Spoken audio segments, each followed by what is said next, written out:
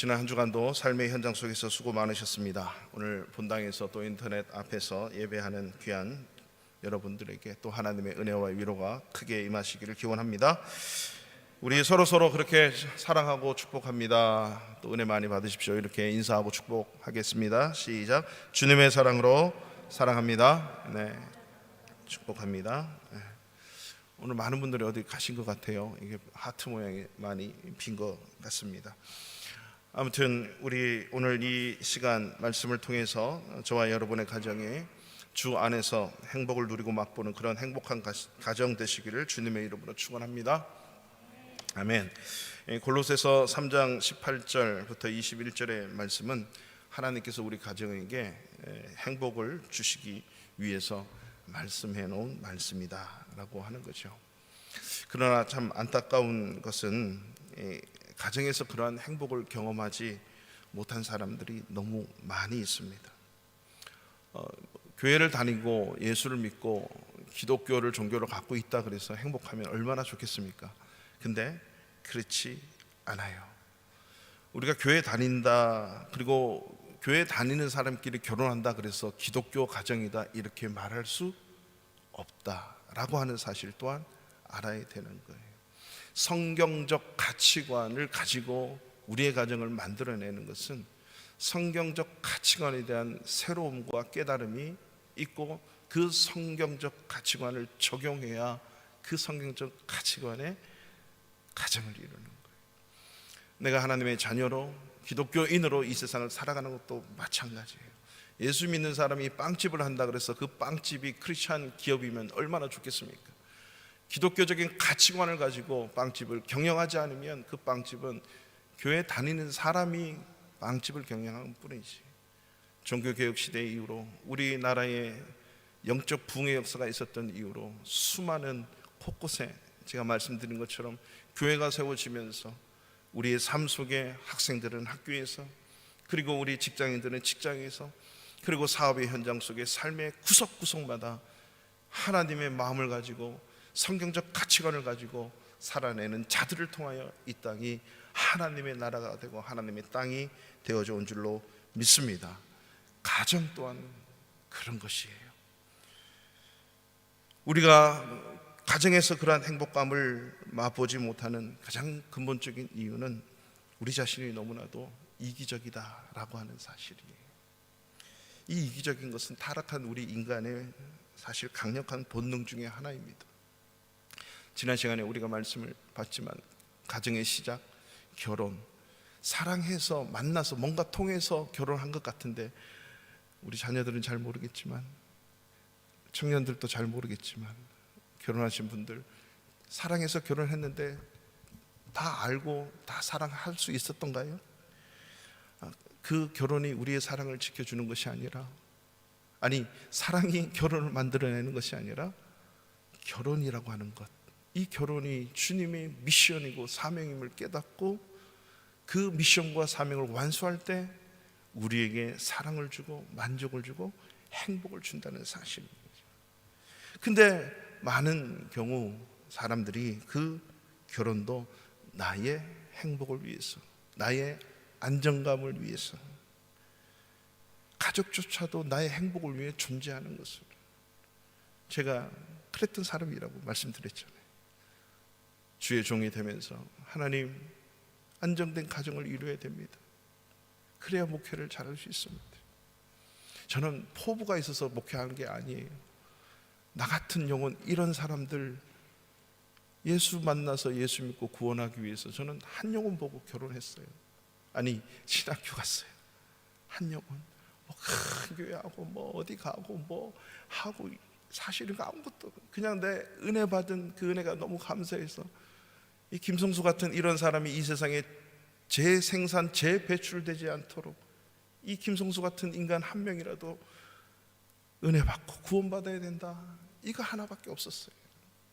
그래서 우리 교수님이 면접할 때 왜 다 관두고 신학대학원을 왜 왔습니까? 면접을 그렇게 하시더라고요. 그래서 한 가지 대답했어요. 하나님 은혜가 너무 컸어요. 하나님 은혜 안 커서 목사 안 되는 분 없잖아요. 근데 저는 그 외에 대답이 할 수 있었던 게 없었어요. 나 같은 인간, 예수 믿고 구원받는 그 한 영혼. 근데 이 영혼이 잘 모르니까 안정감 있는 가정을 시작해야 내가 안정된 목회를 할 수 있을 것 같고 안정된 사역을 할 수 있을 것 같고, 완전히 잘못된 생각. 나에게 뭔가 줄 것 같은 그 결혼, 이것이 바로 불행하게 만들 수 있는 가족이 되는 거예요.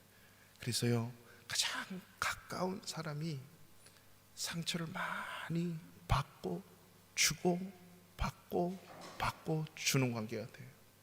부부 사이가 가장 강력한 상처를 많이 주고요, 가장 강력한 상처를 많이 받아요. 이게 해소되지 않고 해결되지 않으면 또 다른 사람인 가장 가까운 자녀들에게 이 상처가 흘러간다라고 하는 사실이에요. 결국 그 상처 때문에 가정도 깨어질 수 있는 지경까지 가게 되는 거죠. 그러나 우리가 예수를 믿게 되면 이런 것에서부터 구원을 받게 돼요. 세이브 당하는, 상처에서 세이브하고 그런 잘못된 생각과 잘못된 그런 가치관 속에서 세이브 당한다는 거죠. 내 안에 예수 그리스도가 산다, 내가 예수와 함께 못 바뀌었다, 이 말은 더 이상 내가 이기심으로 나만을 위해서 살지 않고 내가 아닌 다른 사람을 위해서 살겠습니다. 사실 이 고백이 들어있는 것이거든요. 그럼에도 불구하고 우리는 내가 주님과 함께 못 바뀌었다고 하면서 여전히 살아있는 모습들이 많기 때문에 이기심으로 살 수밖에 없는 본능적인 존재예요. 하나님이 나를 얼마나 사랑하시는지 이 사실을 알고 나면 우리는 우리의 행복을 위해서 살지 않아요. 내가 가장 사랑하는 옆에 있는 그 사람의 행복이 나의 행복이기 때문에 그 사람을 위해서 내가 못 바뀌면 그 행복이 나의 행복이 된다는 이 성경적 가치관을 맛볼 수 있거든요. 근데 이게 쉽습니까? 쉽지 않다라고 하는 것입니다. 그래서 골로새서는 골로새에 있는 교회들을 향해서 사도 바울이 진정한 우리가 구원을 받았다면, 예수 믿는 사람이라면 위의 것을 찾아야 된다. 예수와 함께 죽고 예수와 함께 살고 예수와 함께 부활하고 예수와 함께 승천해서 하나님 보좌 우편에 함께 앉았다라고 말씀합니다. 뿐만 아니라 그렇게 함께 앉을 뿐만 아니라 그 영광을 예수님이 곧 다시 오실 텐데 그 영광도 함께 맛볼 수 있는 존재가 바로 구원받은 우리의 존재임을 가르쳐 주는, 이 세 사람 위의 것을 찾는 사람이 가장 먼저 경험되어지는 곳이 영적 가정과 육적 가정이라고 하는 사실이에요. 이 말은 우리가 예수 믿고요, 그 예수 믿는 믿음으로 살면 우리의 가장 가까운 가정에서의 가족을 대하는 태도가 달라진다는 의미가 있거든요. 그래서 하나님께서는 오늘 이 본문의 말씀을 우리가 보면 어느 종교나 어느 사회나 어느 나라와 민족에서도 이 18절에서 21절 말씀은 늘 존재하고 있는 말씀이에요. 이거 그치, 아내가 남편 아내 사랑 복종, 자녀들이 부모에게 복종하고 부모는 자녀들을 노엽게 하지 말고 어디 가나 있지 라고만 생각합니다. 하나님이 단순히 그런 차원에서 내 부모를 공경하라, 살인하지 말라, 간음하지 말라, 단순히 그런 차원에서 그 계명을 주신 것은 아닐 것이다. 우리는 그 가치관을, 그 주신 하나님의 마음을 볼 수 있어야 돼요. 그래서 오늘 본문의 말씀을 통해서 하나님이 원하시는 진정한 행복한 가정, 어떤 가정이 진짜 행복한 가정인가요? 이런 행복한 가정을 맛보고 경험할 수 있기를 주님의 이름으로 축원합니다. 첫 번째는요, 그 행복한 가정은요, 주 안에서 이루어진다는 사실을 반드시 아셔야 돼요. 18절 말씀을 한번 보실까요? 띄워보세요. 아내들아 남편에게 복종하라. 이는 왜냐하면 주 안에서 마땅하니라. 이것이 그리고 하면서 19절과 연결되는 거예요. 남편들의 아내를 사랑하며 괴롭게 하지 말라. 이 말은 주 안에서 아내와 남편들의 모습이 있는 거죠. 주 안에서 형성된 아내와 남편, 주 안에서. 둘째로 20절에 보면 자녀들아 모든 일에 부모에게 순종하라. 왜냐하면 이유가 있는 거예요. 그냥 일륜지대사 이것으로 끝나는 게 아니에요. 그래 행복해 이게 아니라, 왜냐하면 말하잖아요. 주 안에서 누구를 기쁘게 하냐면 하나님을 기쁘시게 하고 이것이 부모를 기쁘게 하는 거래요. 주 안에서 해야 되는 거예요. 주 밖에서는 안 돼요.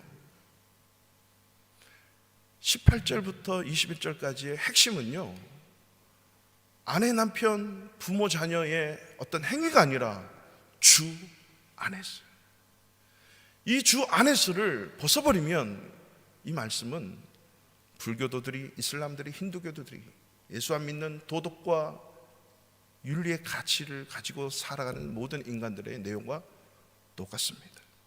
우리 크리스찬들은 주 안에서 왜 복종해야 되지? 왜 사랑해야 되지? 왜 노엽게 하지 말아야 되지? 왜 그래야 되지? 어디서 찾아야 된다고요? 주 안에서. 오늘 3장 1절부터 우리가 다 읽지는 않았지만 17절, 우리가 18절 전까지 17절까지의 이 말씀 안에 보면 주 안에서의 의미가 있어요. 3장 1절에 보세요. 너희가 성경책 가지신 분들은 3장 1절을 보시면 그리스도와 함께 살리심을 받았으면 위의 것을 찾으라. 거기는 그리스도께서 하나님 우편에 앉아 계시느니라. 위의 것을 생각하고 땅의 것을 생각하지 말라. 우리는 하늘의 시민이요 천국의 백성이니까 그 천국을 생각해야 된다. 즉 그리스도와 함께 다시 살리심을 받았다면 이 말은 예수 안에서, 주 안에서, 저와 여러분들이 예수 그리스도의 십자가의 은혜로 살리심을 받고 죄 용서받아 구원받은 존재임을 믿습니까? 믿는다면 그 안에서 이유를 찾아내라는 거죠. 주 안에서. 뿐만 아니라 10절 말씀을, 3장 10절 말씀 보세요. 새 사람을 입었으니 이는 자기를 창조하신 이의 형상을 따라 지식에까지 새롭게 하심을 입은 자니라. 새 사람을 입었기 때문에 이게 바로 주 안에서요. 그러니까 주 안에서 생각하고 지식까지도 새롭게 주 안에서 다시 한번 포메이션을 가져야 되는 거예요. 다시 한번 형성을 시켜야 되는 거예요. 어디 안에서? 주 안에서. 주 안에서. 12절 말씀도 보세요. 12절은 있죠. 그러므로 너희는 하나님이 택하사 거룩하고 사랑받는 자, 이게 바로 주 안에서. 택함 받았죠. 거룩했죠. 사랑받았죠. 거룩함을 입었죠. 이게 주 안에서. 이 사람들이 주 안에서. 16절 말씀을 보세요. 그리스도의 말씀이 너희 속에 풍성히 거하여, 이게 주 안에서. 바로 우리는 예수 그리스도를 믿음으로 받은 이 숱한 축복들이 많이 있는데 이 말씀이 바로 주 안에서라고 하는 말씀입니다. 하나님께서 우리 인간을 창조하실 때 직접 디자인해서 허락하신 공동체가 두 가지 있다 그랬어요. 그것이 가정과 교회라고. 그 가정은 육적 가정이라고 그러고 교회는 영적 가정이에요. 최초의 육적 가정인 아담과 하와가 시작한 그 에덴 동산의 가정은 사탄의 공격으로 파괴가 됩니다.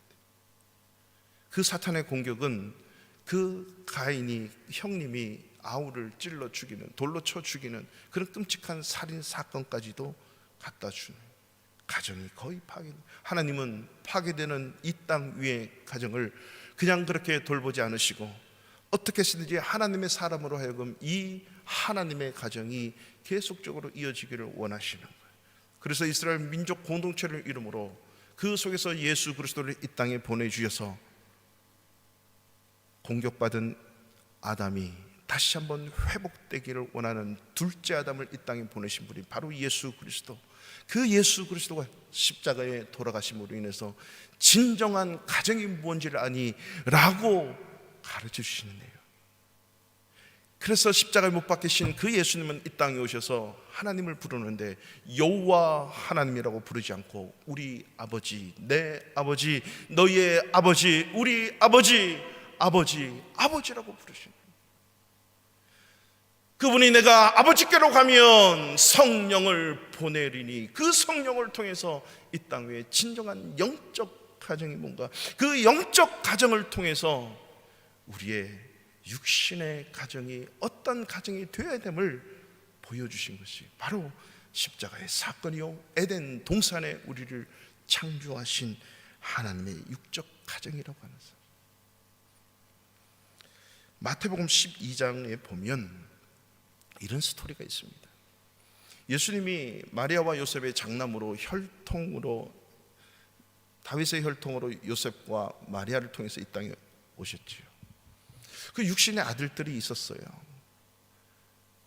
4명의 아들들이, 남동생들이 있는데, 이 예수가 그리스도의 사명을 다 이제 시작하면서부터 들리는 이 우리 가문의 장남이 영 시원치 않아.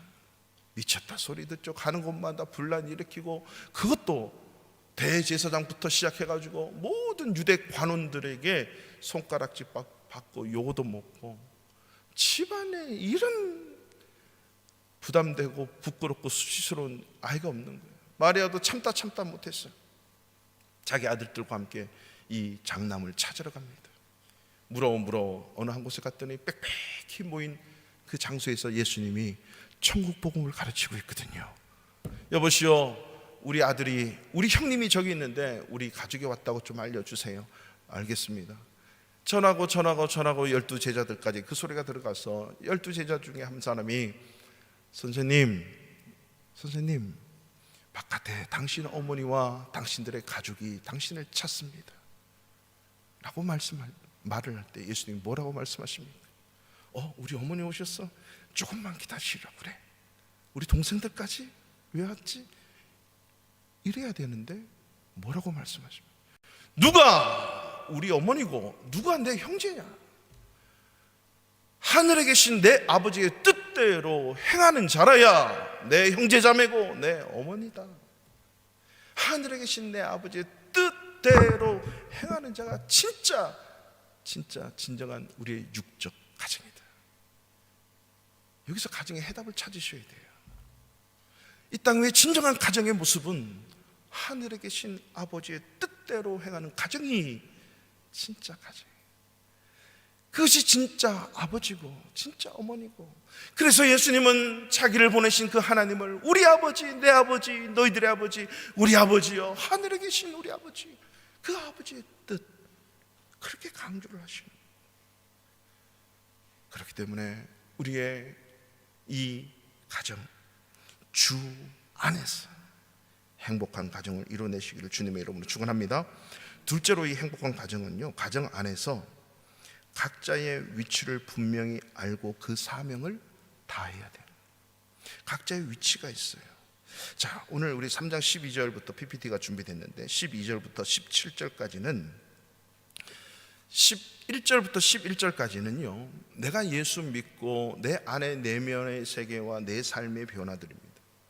이렇게 내가 예수 믿어서 얻은 유익들이 이런 게 있으니 12절에 그러므로 라고 하는 것은 17절까지 예수 믿는 사람들, 즉 교회에서 한 성도들끼리 어떻게 신앙의 삶을 살아가야 되는지 교회 생활을 얘기하는 거예요. 이것은 바로 영적 가정인 교회에서 영적 가정을 어떻게 서로 대하며 살아가야 되는지 영적 가정인 교회 생활을 얘기하고 있습니다. 그런과 동시에 18절부터는 바로 그 영적 가정의 삶을 이룬 성도가 집에 돌아와서 가정에서는 어떻게 해야 되는지 그 역할에 대해서 말씀해주고 있는 내용이거든요.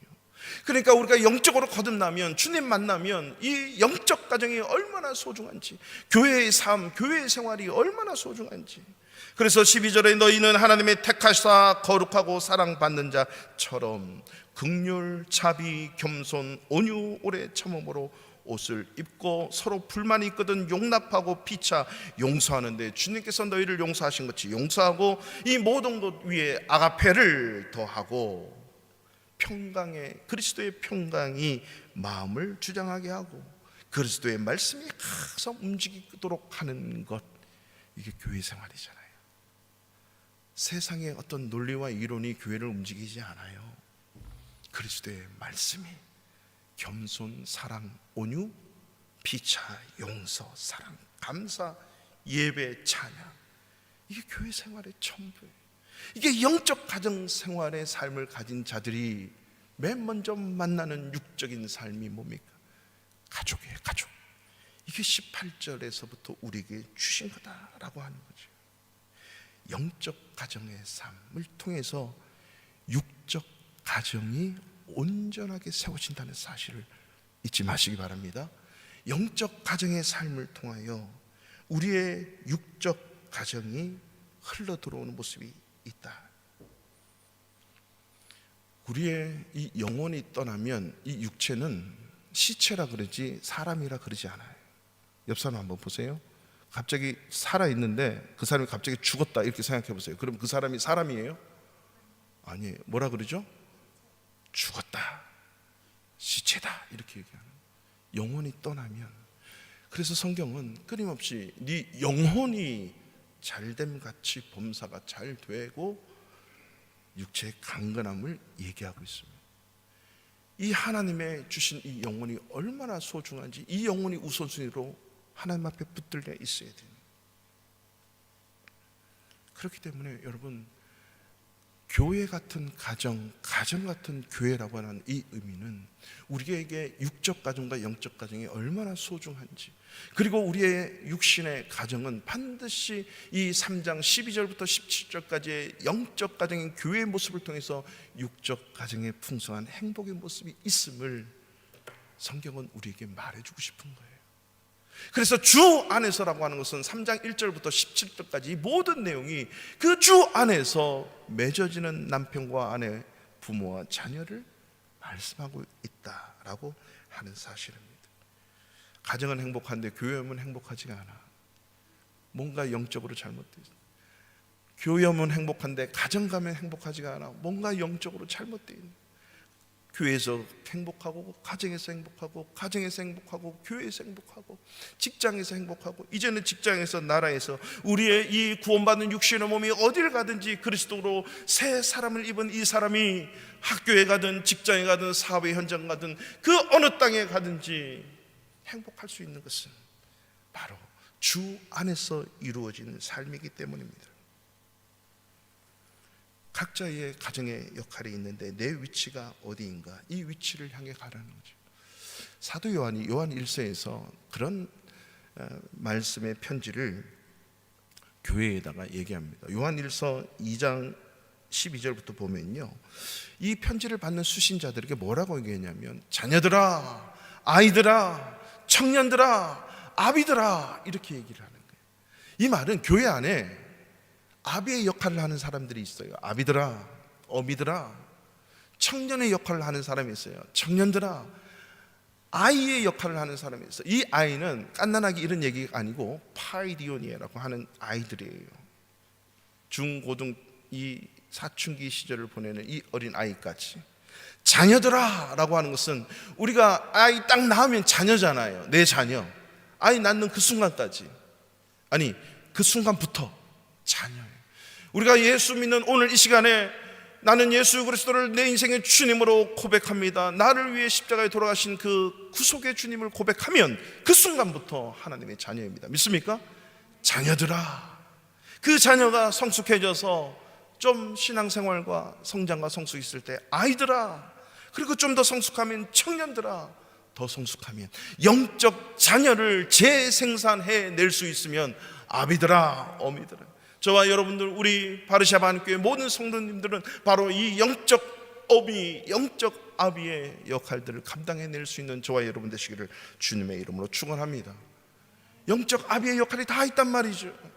영적 자녀의 역할, 영적 아이, 영적 청년의 역할이 있듯이 육적 가정에 가면 부모님이 있고, 그 부모님이 남편과 아내로 존재하고 나는 자녀이고, 이 역할이 있다라고 하는 사실입니다. 이게 교회 안에 있는 역할이 가정 안에도 있다. 그렇기 때문에 가정 안에서, 주 안에서라고 하는 이 사명대로 그 역할을 감당할 때 우리 가정은 정말 행복한 가정이 될 수 있다라고 하는 거죠. 첫 번째 나오는 그 관계가 18절, 19절 아내와 남편, 남편과 아내, 부부의 역할이에요. 사랑하는 아내들, 사랑하는 남편들이 교회 안에가 아니라 가정 안에 존재하고 있다라고 하는 거죠. 아내들아, 우리 1절 말씀, 18절 19절 2절 말씀 다 같이 읽습니다. 시작. 아내들아 남편에게 복종하라. 이는 주 안에서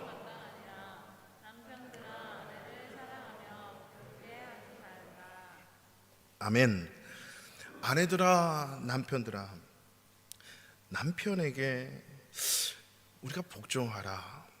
이는 주 안에서 마땅하다. 이 말은 우리가 주 안에서 거듭나서 주님의 마음으로, 주님의 눈으로 남편을 보면 복종과 순종이 안 나올 수밖에 없습니다.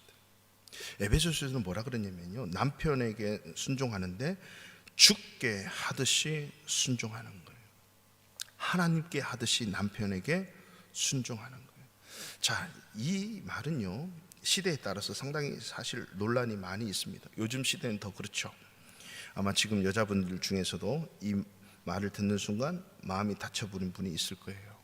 그래서 아내들아 복종하라 이 말 있으면 바로 스킵하는, 요즘 시대가 어떤 시대인데 라고 생각을 하죠. 이 말씀은 남편이 그동안 우리나라에 흘러왔던 상명하복 이 말을 얘기하는 게 아니에요. 이거 하려고 하는데 저걸 하라 그래. 그거 반드시 해야 돼. 안 하면 죽어. 이런 어떤 무섭고 두려워서 행하는 그런 순종을 얘기하는 게 결코 아니에요. 권위와 질서에 관한 부분인 거예요. 항상 우리는 주 안에서 그럴 때 그 주 안에서는 창세기로 올라가셔야 돼요. 인간을 창조하신 그 에덴 동산의 하와의 남편 아담과 하와의 관계를 생각해 보셔야 돼요. 남편 아담의 말에 복종하지 않고 사탄의 말에 복종한 그 하와의 모습을 통해서 죄가 시작되는 거예요. 잘 들으셔야 돼요. 그렇다고 아내에게 모든 죄가 있다 이 말씀을 하시는 게 아니에요. 선악과의 그 여부는 하나님이 하와한테 말씀하지 않고 남편 아담에게 말씀하셨습니다. 하와는 그 선악과를 들고 뭐 따버렸으면 어쩔 수 없지만 따기 전에 남편님, 아담, 내가 이걸 따서 먹어도 되나요? 물어보는 질서가 있어야 돼요. 이 권위가 무너지면 끝나는 거죠. 여러분, 상식적으로 회사에서도 회장의 결재를 받지 않고 뭔가 내 마음대로 할 수 있는 것은 정해져 있어요. 정말 중요한 것, 회장이 직접 얘기한 것에 대해서 내 마음대로 할 수 있는 건 없어요. 네 마음대로 먹을 수 있는 건 다 먹어. 이거는 그냥 내 마음대로 하면 돼요. 그 말씀에 맞게. 그렇지만 이 동상 중앙에 있는 생명나무, 선악을 알게 하는 이 나무만큼은 먹어서는 안 돼. 그러면 누구의 결제를 맡아야 돼요? 하나님의 결제를 맡아야 돼요. 회장님의 결제를 맡아야 돼요. 1조 되는 돈을 내 마음대로 지출하면 큰일 나죠. 큰일 나요. 하나님의 결제를 맡는 것처럼 아담에게 물어보는 거예요. 질서를 얘기하는 거예요. 질서. 그 권위의 문제라고 하는 거죠.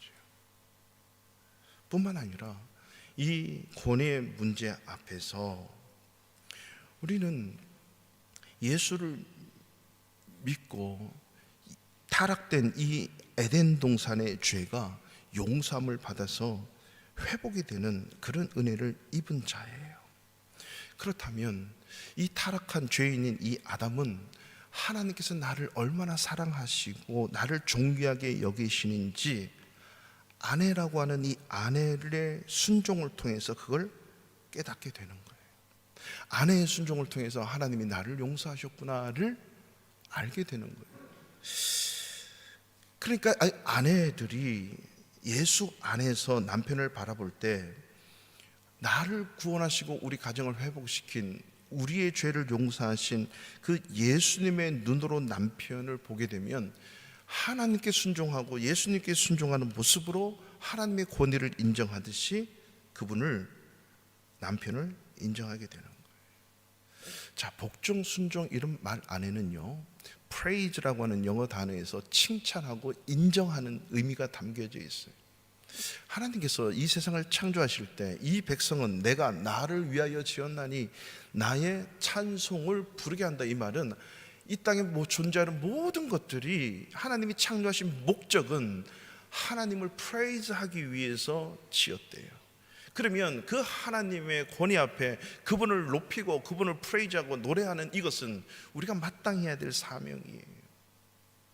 그러면 우리 아내들은 그 남편에게 프레이즈하고 인정해 줄 수 있는 권위의 순종이 주 안에서 남편을 통해서 하나님께 올라간다는 사실입니다.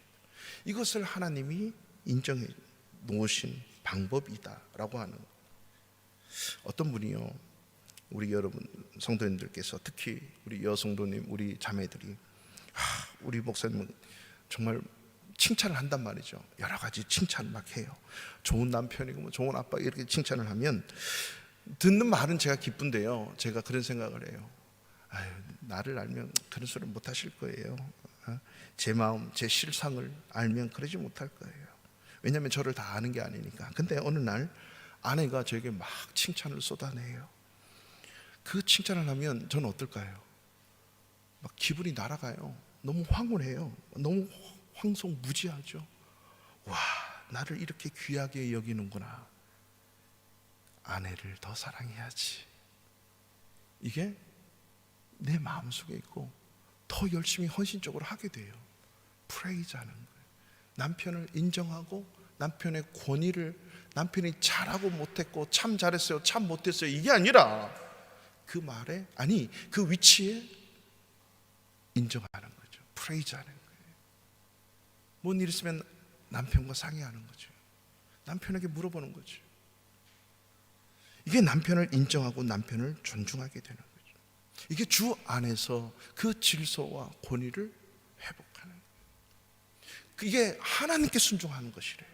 남편에게 하는 것이 아니고, 하나님은 그렇게 받으시려고 아내와 남편을 두신 거예요. 주 안에서 이런 은혜가 있기를 축원합니다. 두 번째, 아내의 위치는 뭡니까? 19절인데 아내를 사랑하래요. 괴롭게 하지 말래요. 남편들이. 이 사랑은 아가페거든요. 아가페. 에베소서에서는요, 남편들아 아내 사랑하기를 그리스도께서 교회를 사랑하시고 그 교회를 위해서 자신의 몸을 주신 같이 하래요. 심지어 5장 28절에서는요, 에베소서 5장 28절에 남편들이 자기 아내 사랑하기를 자기 자신과 같이 할지니 자기 아내를 사랑하는 자는 자기를 사랑하는 것이 돼요. 두 가지예요. 남편은 아내를 아가페하는 것은 예수님께서 십자가에 돌아가심으로 교회를, 즉 성도를 사랑하신 것처럼 아내를 그렇게 사랑하고, 그렇게 사랑하는 것이 자기를 사랑하는 거죠. 결국 남자들은 자기를 사랑하는 것처럼 아내를 사랑해야 돼요. 에덴 동산으로 올라가 보죠. 이 따먹은 장본인은 아담이 아니라 하와예요. 하와가 남편에게 먹였어요. 남편은 생각지도 않고 아내에게 이런 다스림과 권위를 행하지 않고 그냥 아내의 말을 들어버리죠. 하나님이 주신 권위를 생각지도 않아요. 그리고 그 죄를 지으면서 부끄러워서 숨어있는 아담과 하와를 하나님이 찾아오셔서 제일 먼저 찾은 대상이 하와야, 이렇게 부를 줄 알았는데 하와를 찾지 않고 그 하와의 주인인 남편을 불러요. 아담아, 아담아, 왜 숨었니? 왜 그랬냐? 하나님, 제가 잘못했어요. 용서해 주세요. 따서 오면 물어봐야 되는데 하나님 앞에 묻는 것도 없고 그냥 그렇게 물어버리고 뭐라고 얘기합니까?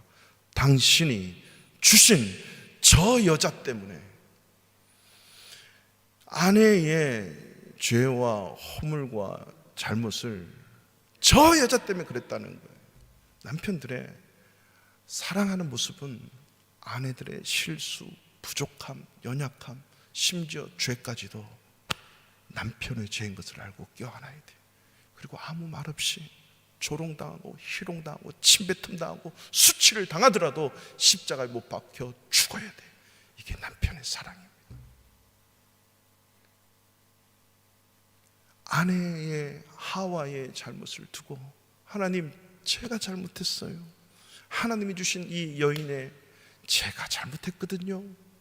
이게 자기를 사랑하는 건데, 자기 죄를 용서받는 건데, 아담은 이 여자 때문에, 이 여자는 내가 취한 게 아니고 당신이 나에게 줬지 않습니까? 하나님 앞에까지도 가서 하나님 앞에 그렇게 변명을 하기 시작하는, 이게 아내를 괴롭고 힘들게 만드는 거예요. 제가 그랬어요. 제가 잘해서 그런 게 아니라, 모든 남편들이 아내를 정말 평가를 많이 하거든요. 특히 남편들이 하는 말들이 중에 가장 하지 말아야 될 극심한 상처의 말이, 죄송합니다, 극단한 표현을 너무 많이 받았기 때문에, 집구석에서 아이들 안 보고 뭐 했냐고. 이거는 살인죄보다 더 심한 죄입니다. 근데 우리의 선조들은 어마어마하게 그런 얘기들을 저도 많이 들었고, 여러분, 남편들 이런 얘기 하시면 안 돼요. 이게 괴롭게 하는 거예요.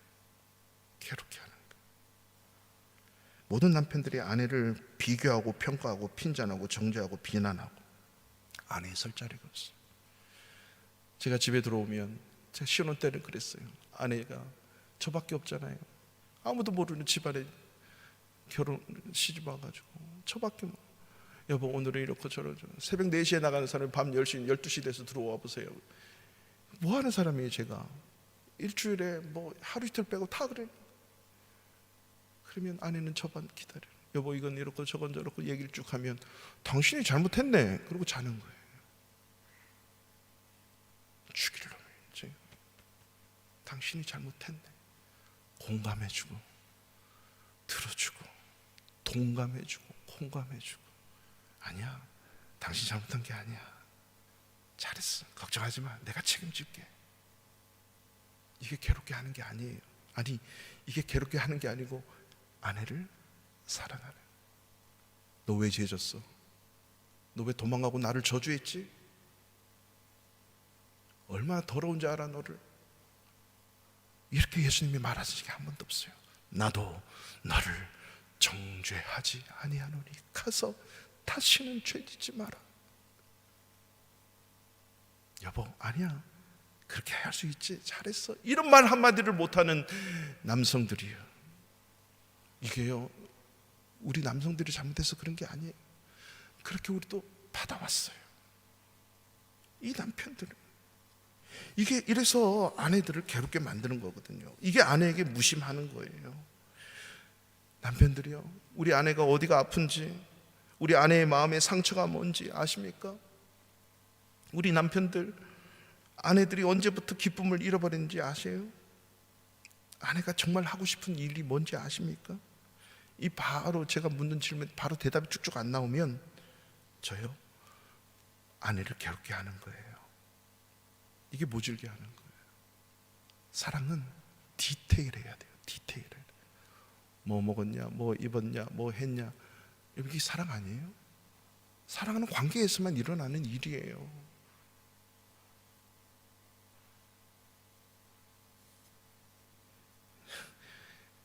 여러분, 뭐 이거는 얘기 여담이지만, 대사님이 제가 섬겼던 교회에 이렇게 나오시면, 뭔 톡을 이렇게 하면, 참 그 대사님은 좀 남달랐어요. 교회 오시면 목사님 제 손주 보세요 하면서 동영상 온 거, 미국에서 아들 내미 손주 온 거 계속 보여주면서, 물 엎은 것도 귀엽고 다 귀엽대. 하나하나 다 제가 톡을 보내면 하트 뿅뿅에다가 손주한테 보내는, 며느리 아들한테 보내는 그걸 다 보내. 대사님이 얼마나 사랑이 넘쳐요. 60이 넘으셔가지고 그런 일들은, 사랑은 디테일한 거, 하나하나 챙기는 거, 이게 가장 가까운 아내에게 흘러가도록 하는 거예요. 세 번째, 자녀들의 위치가 있는 거예요. 이 왜 바로 부모가 나오고 자녀가 나오면요, 아내와 남편도 부모이기 전에 먼저 자녀가 됐거든요. 자녀로 태어났잖아요. 그리고 아내와 남편이 된 거거든요. 자녀들아 모든 일에 부모에게 순종하라. 이는 주 안에서 기쁘게 하는 것이라. 우리가 부모님을 순종하는 것은요, 순종하지 못하는 이유가 뭘까요? 왜 부모님에 대한 태도가 용서하지 못하고 서운함이 많고 상처가 많고? 그 부모님들도 사람이었고 죄인이었어요. 그 부모님들도요, 무슨 죄가 있습니까? 그들의 부모님으로부터, 조상으로부터 받은 상처가 해결되지 않았어요. 그래서 우리는 주 안에서 이 부모님으로부터 받은 상처를 확 끊어버려야 돼요. 주 안에서 부모님을 기쁘시게 해드릴 수 있는 그 순종이 있어야 돼요. 그 부모님을 순종하다는 말은 부모님 말에 일일이 너 교회 가지 마, 공부해, 기도하지 마, 이런 의미가 얘기하는 게 아니거든요. 그 권위를 인정하는 거예요. 부모님의 권위를. 사실 저희 아버지는 저를 낳아준 것밖에 없어요.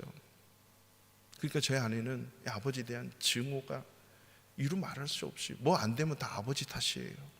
돈이 없는 것도, 제가 하고 싶은 걸 못하는 것도 다 아버지 탓이에요. 아버지가 무능하고 아버지가 없기 때문에, 나를 버렸기 때문에. 그래서 나는 우리 여자들을 제가 지켜야 된다, 저런 아버지가 됐으면 안 된다 라고 하는 그 마음이 내 안에, 아이 어른이 있었지만 나중에 커서는 그게 어른 아이, 성인 아이로 나에게 상처로 자리 잡는 거예요. 아버지께 받은 게 없어요. 제가 커서 아버지를 만났을 때 아버지가 저에게 미안하다라고 얘기했어요.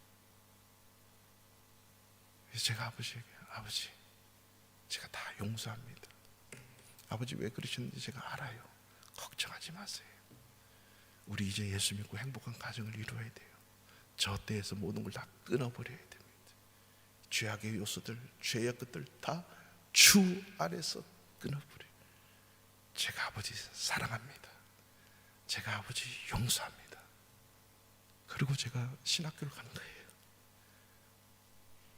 그래서 제가 주의 종이 되겠다라고 결정적으로 아버지를 용서하고 아버지를 껴안고 아버지와 껴안으면서 울면서, 미안하다, 아닙니다, 미안한 게 아닙니다, 아버지 잘못이 아니에요, 아버지 잘못이 아니에요, 제가 용서하고 그제서야 사역자의 길로 갈 수 있었어요. 그 전까지는 아니었어요. 어떻게 내가 주님의 사역을 하는 사역자가 될 수 있나? 부모를 용서하지 못하는, 부모를 껴안아주지 못하고 부모에게 사랑한다는 말을 못하면서 어떻게 내가 그 상처를 끊어버려요? 부모를 기쁘시게 해드리는 것이 하나님을 기쁘시게 하는. 마지막 아비들아 너희 자녀를, 여기서 아비들은 위에 아내, 남편이 자녀를 낳으면서 어미와 아비, 부모가 되는 거거든요. 너희 자녀를 노엽게 하지 말라, 낙심할까 합니다. 여러분, 우리 부모들은요, 자녀들을 양육하면서 이 부모의 상처받은 그것 때문에 감정과 기분에 따라서 자녀가 혼낼 때가 많아요. 사실 그래요. 제가 자녀들 둘을 양육을 하면서 저희 선배 목사님이, 그러니까 저희 선배 형님이었죠. 야, 성수야, 너는 절대 자녀들에게 매를 대지 마라. 매 안 되면 버릇 나빠지잖아요. 아니야, 사랑이 최고야. 그냥 사랑해주고 이쁜 말 해주고 그렇게 키우래요. 처음에는 그렇게 하는데 얘가 말하기 시작하면서, 대꾸하기 시작하면서, 말을 안 들으면서부터 시작해가지고 늘 항상 매가 없지 않아야 되는 거죠. 근데 감정과 기분으로 자녀들에게 혼낼 때 절대 하지 않으려고 하지만 혼낼 때가 많이 있어요. 왜냐하면 하나님은 자녀 주실 때 단 한 번도 가시와 올무와 걸림돌로 주신 적이 없어요. 하나님은 자녀를 주실 때 기업으로, 축복으로, 열매로 주신 줄로 믿습니다. 잘 되라고 주신 거예요. 어떤 형태든 하나님이 주셨음을 우리가 주 안에서 보는 거죠. 자녀는 하나님의 축복이에요. 내 기분과 감정과 내 형편이 안 맞다 그래서 그 자녀가 축복이 아니다 이러면 주신 하나님이 슬퍼요. 주 안에서 그것을 그래서 찾아야 돼요. 내가 만들면 이런 자녀 안 만들죠. 하나님이 주신 거예요. 주신. 그래서 부모는요, 상당히 이기적이에요. 자기 감정과 자기 기분에 따라서 자녀를 바라보는 거죠. 그래서 부모가 예수 안에서, 주 안에서 변화되지 않으면 자녀들에게 철저하게 이기적이 될 수 있다라고 하는 거. 자녀가 부모의 기대와 마음에 못 미치면, 늘 뭔가를 못하면 평가를 하죠. 내가 너 때문에 창피해서 못 살아, 집안 망신 다 시키고 다니네, 이런 말들이 자녀를 못을 박아요. 그리고 낙심하게 만들어요. 낙심하는 곳에 사탄은 여지없이 우는 사자처럼 그 자녀들의 마음을 꽉 움켜잡고 또 다른 자기와의 부모와 같은 것을 복제하기 시작합니다. 이것이 주 안에서 깨지지 않으면, 주 안에서 새 사람으로 옷 입지 않으면 나도 똑같이 부모를 욕하면서 그런 모습으로 살게 되는 거예요. 부모들의 모순과 이기적인 모습들 화내는 것 때문에 오늘 이 21절에 노엽게 되고 낙심하게 되는 거거든요. 우리 보고는 싸우지 말라 그래놓고는 부모들이 툭하면 싸워. 우리 보고는 열심히 공부하라 그러면서 자기들은 팝콘 먹으면서 드라마 보고 있다는 거죠. 거짓말 하지 말라고 해서는 전화 오면 야 엄마 없다 그래, 엄마 없다 그래, 엄마 나갔다 그래. 다 거짓말하는 거죠. 우리 보고는 화내지 말라 그러면서 부모들은 막 화내거든요. 혼내거든요. 이것이 자녀들의 마음에 노여움으로 분노로 쌓여간다는 사실을 아십니까? 이게 노엽게 하지 말라는 거예요. 이게 주 안에서 가능한 일이기 때문에 예수님께서는 우리에게 오늘날 정말 주 안에서 행복한 가정 만들어 가도록 하기 위해서 우리의 학생들, 청년들 결혼 전에 이걸 끝내면 너무 행복한 가정 만들어 갈 수 있습니다. 결혼해서는 늦어요. 아동문학가 오은영 씨가 지은 시가 있습니다. 제목이 순간 접착제래요. 한번 들어보실래요? 며칠째 등 돌리고 지내는 엄마 아빠에게 순간 접착제가 되고 싶어 엄마 손 끌어당겨 아빠 손 끌어당겨 마주 잡게 하려니 탁 뿌리쳐 버린다. 가서 공부나 해. 만날 학원비, 생활비 때문에 다투는 엄마 아빠에게 순간 접착제는 내가 아니다, 돈이다. 여러분, 아이들이 우리 부모를 다 알아요. 감출 수 없어요. 나도 그렇게 부모를 알았기 때문에 이렇게 살았거든요. 부모님들의 이기적인 모습, 분내는 모습, 이게 드러내면 아빠 엄마한테 혼나기 때문에 감정이 상하고 표현을 못하니까 이 안에 분노로 가득 차 있는 거예요. 그리고 부모를 어떤 걸 용서하지만 어떤 걸 용서하지 못해요. 그래서 부모님이 엄마 아빠를 사랑한다 이 말 한마디가 힘든 거예요. 여기서부터 우리는 세이브, 구원받아야 됩니다. 이것이 예수 안에서, 예수 안에서 자녀를 대하고, 예수 안에서 부모를 대하고, 예수 안에서 아내를 대하고, 예수 안에서 남편을 대하고, 이것이 행복이라고 오늘 찬양했죠. 이게 진정한 주 안에서 이루어져야만 진짜 행복이에요. 여러분, 제가 예수 안 믿는 가정들 중에 행복한 가정이 정말 많이 있어요. 세상적으로요. 정말 행복해요. 얼마나 도덕 윤리적으로 완벽하고 정말 다복한 가정인데 주 안에서 행복하지 않아요. 우리 믿는 크리스천들은요, 하나님의 해답을 다 주셨어요. 주 안에서. 여러분, 순종 못할 남편이 있습니까? 사랑 못할 아내가 있습니까? 순종하지 못하는 부모님이 있습니까? 친절하게 받아주지 못하는 자녀가 있습니까? 여러분, 원인이 어디에 있는지 알아야 됩니다. 가족에게 있는 것이 아니고 상대방에게 있는 것이 아니고 내 안에 있는 것도 아닙니다. 우리는 예수 안에서 복음으로 이 문제를 들여다볼 수 있어야 되고, 그 복음이라고 하는 능력으로 이걸 끊어버리고 없애버릴 줄 알아야 되는 거죠. 복음으로 분명히 써 있으면 그 복음 때문에 내가 남편에게, 아내에게, 부모에게, 자녀에게 행복을 줄 수 있는 자로 살아갈 수 있음을 믿으시기 바랍니다. 주 안에서 이 모든 일들이 이루어질 수 있도록 우리는 구해야 되는 거예요. 그래서 옛날 복음성가에 얘기했죠. 예수 안에서 우리 화목됐네, 예수 안에서 우리 화목됐네, 하나님의 영광 함께 누릴 소망 있네, 할렐루야. 예수 안에서 우리 행복하네, 예수 안에서.